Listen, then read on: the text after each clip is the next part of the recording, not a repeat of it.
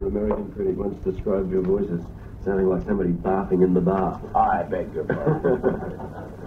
I'd more like to refer to it as an automobile accident. Have you worked hard on the gravel-edged voice? I mean, it has developed a lot since the first album, hasn't it? It's a lot gutsier now. Yeah, I think it's got a lot of scrotum. I'm real glad of where it's gotten to. You know? I mean, I worked on it. You know, I mean, it cost me a lot. You know, so I mean, who wants to sing like Wayne Newton? I don't know. I read at some stage you did sing like Wayne Newton. Well, I can sing like Wayne Newton if I want to. And nobody flinched down by the arcade there. His cold trousers, they were twisted. I heard the siren hide shrill. Cool in his fist was this $5 bill. And all the naked mannequins with their Cheshire grins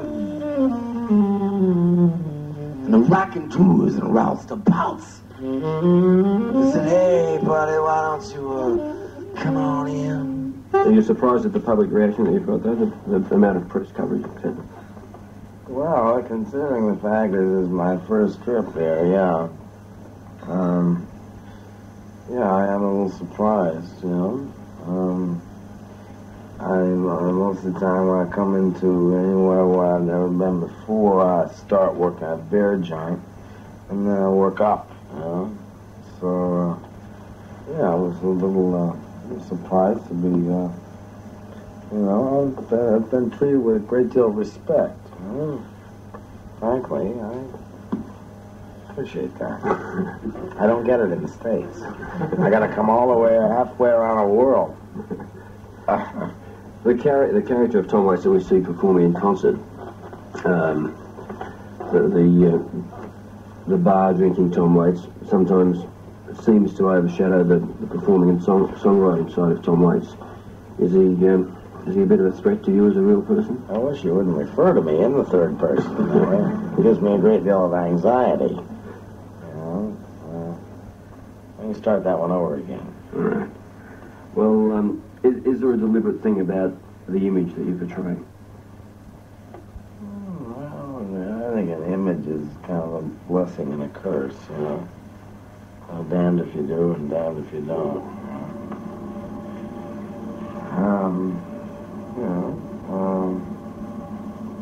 So I don't know. I mean, I realize I have some sort of an image. I think that if I drank as much as most people think that I do, I would have died in about 1957. You know? So, it's like, partly truth and partly fiction. All my dreams are made of chrome. I have no way to get back home. I'd rather die before I wake, just like a man in Rome. Why don't you put my dreams out in the street? You can let the rain make them grow. A while ago there was a story about your relationship with your father. Do you perform your new material for your father as we read something? Is that right? Oh yeah, my father gets a real kick out of me. Does he? Does he go to your concerts? Yeah, he brings all his friends. I gotta put them all on a guest list. He brings like about 17 of them. And, he enjoys what I do a lot. What era of music did you grow up with your parents? Well, my father's a Spanish teacher, and when I was a kid, my father in L.A., he would always have the radio tuned to the Mexican stations, listen to mariachi music, Until I was about 13, I thought I was a Mexican. Well, you realize you didn't have a mustache. And then I heard Little Richard and, and all that stuff. And but I had to, like, sneak off and, listen to Wolfman Jack on a little crystal set under the covers, My dad was afraid I was going to turn into a hoodlum. Always warned me against the ducktail.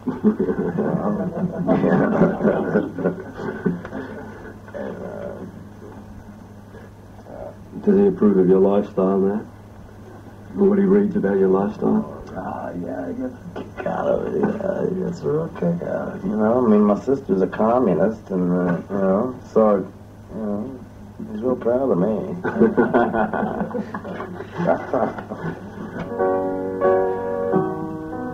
When your mom was dead and gone, I sing this lullaby just for you.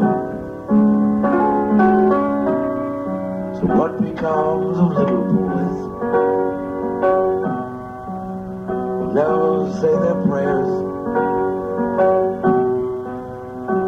sleeping like a baby on a nickel over them. Would you have preferred to have been born and working in another time, the days of the speakeasies and the jazz blues era that you portray on stage was everywhere instead of just at a Tom Waits concert or a Tom Waits performance? It's the only place it is nowadays.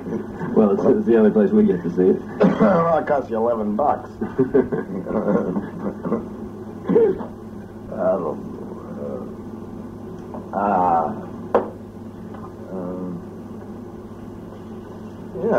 It all depends on where you go, I mean, there's a lot of cheap entertainment around, If you want to risk your neck, you can go out and enjoy yourself for a couple of dollars. There's a place called Filthy McNasty's in Los Angeles. I used to go see a cat named Monty Rock III, and he was a fascinating cat. He used to tell stories, and he'd go out of his tree in the middle of the set, and I used to enjoy seeing Monty. As far as what I do, I try to do something educational as well as entertaining, and I don't know how unique it is, but, I do think that, storytelling, is very important. I don't like to pay $9 to go see somebody say, "Oh, baby," for an hour and a half, So I try to add a little more dimension to "Oh, baby." Romeo was bleeding. Romeo was bleeding. The Nazis, you notice. The cats over on 18th Street as usual. It was looking so hard. I guess the hood was gone. It was putting out a cigarette in his hand. All the Pachucos at the pumps. The Romero's beating body. See how far they can spit. Well, man, it's just another night. And they're huddled in the brake lights of this 58 Bel Air and listening to how Romeo killed the sheriff with his knife. What about some of your other contemporaries in Los Angeles? People like the Eagles have recorded one of your songs. At gunpoint. Things were that desperate? No, he did a song about 5 years ago called Old 55. I understand there's a group in Australia called Old 55. Right, yeah. There's absolutely no resemblance to the song. Are they working at the moment? I think they are, yeah. Everybody knows. They're still working? Yeah. That's good. I hate to be held responsible. I'm sure you won't. How, do you do much work with those sort of people in America, like the Eagles and people like that? Just see much mix with them at all? No, I don't mix with them at all. Who do you hang out with in LA? Paul Bodie, Louis Lista, Johnny Sanborn. I hate to drop names on you. You're doing it well. Robert Marchese, Chucky Wise,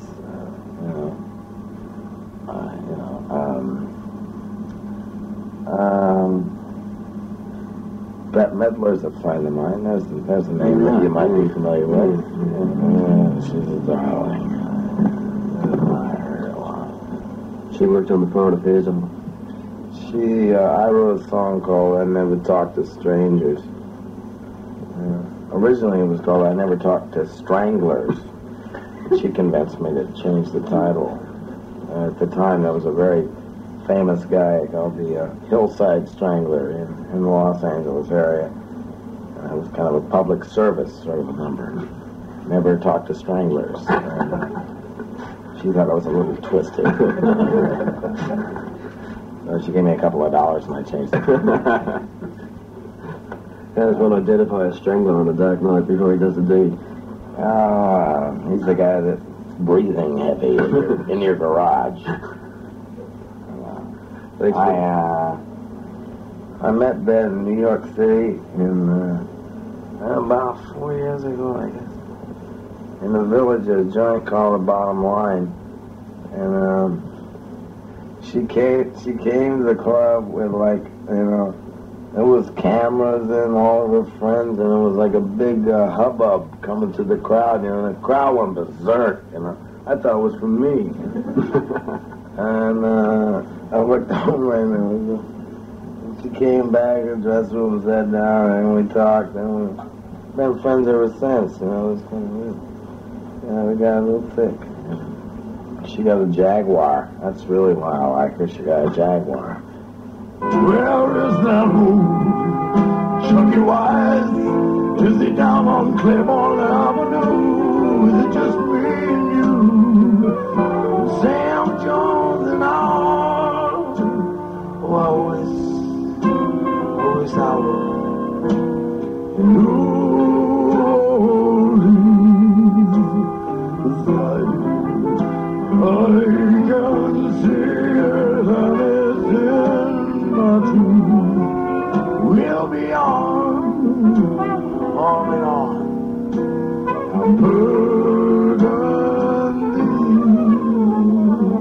Tom, where did you get that hat? Huh? Where did you get that hat? 42nd Street, 8th Avenue, New York City, on Saturday night. Bought it right off a guy's head. Said I'll give you $20 for that little sucker. And he accepted. No, he said he wanted 30. And so I offered him like a Bank of America card. He said, "You're on." He had a little.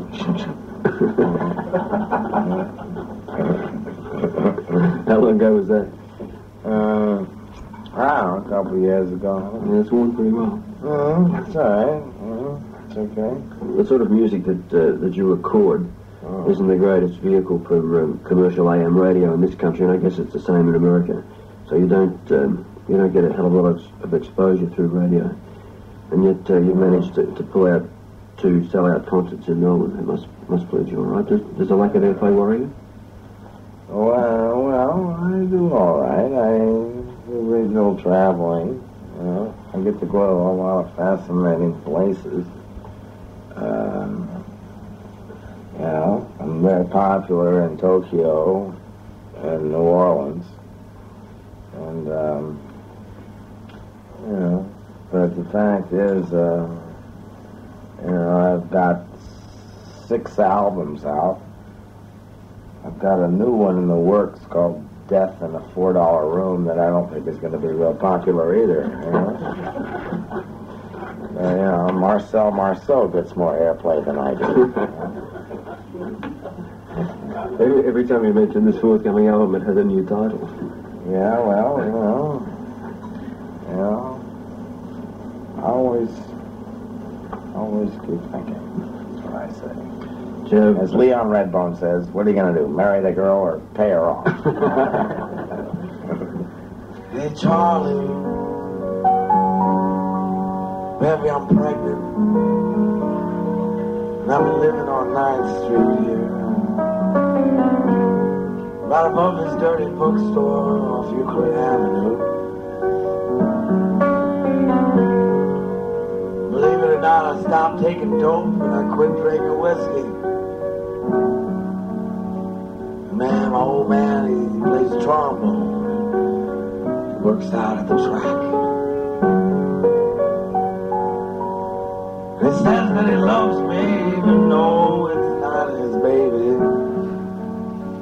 He says he's gonna raise him up just like he would his own son. And he gave me a ring that was worn by his mother. Oh, he takes me out dancing, putting there every Saturday night. And Charlie, I still think about you, man. Every time I pass a filling station. On account of all the grease you used to wear in your hair. And baby, I still got that record of Little Anthony and the Imperials. Going out of my head, over you. Out of my head, over you. I'm out of my head, over you. After all these years. But you know, someone stole my record player. Oh, for Christ's sakes. How you like that? And Charlie, I almost went crazy, baby. After Mario got busted. So I went back to Omaha to live with my folks. And everyone that I used to know was either dead or in prison. So I came back to Minneapolis this time. I think I'm gonna stay. And Charlie, baby, I think I'm happy. Leastwise, for the first time since my accident. I wish I had all the money we used to spend on dope. I think I'd buy me a used car lot. Maybe I don't think I'd ever sell any of them. Probably just drive me a different car every day. Depending on how I feel. And Charlie, for Christ's sake, do you want to know the truth of it? Baby, I ain't got no husband. He don't play the trombone either. I gotta borrow money, you see. I gotta pay this lawyer. Charlie, by the way,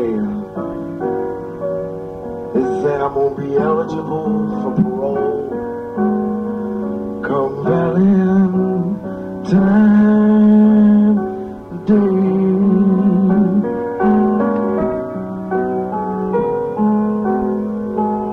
Silent night, holy night, all is calm and all is bright. Round your virgin mother and child, holy infant, so tender and mild, you sleep in heavenly peace.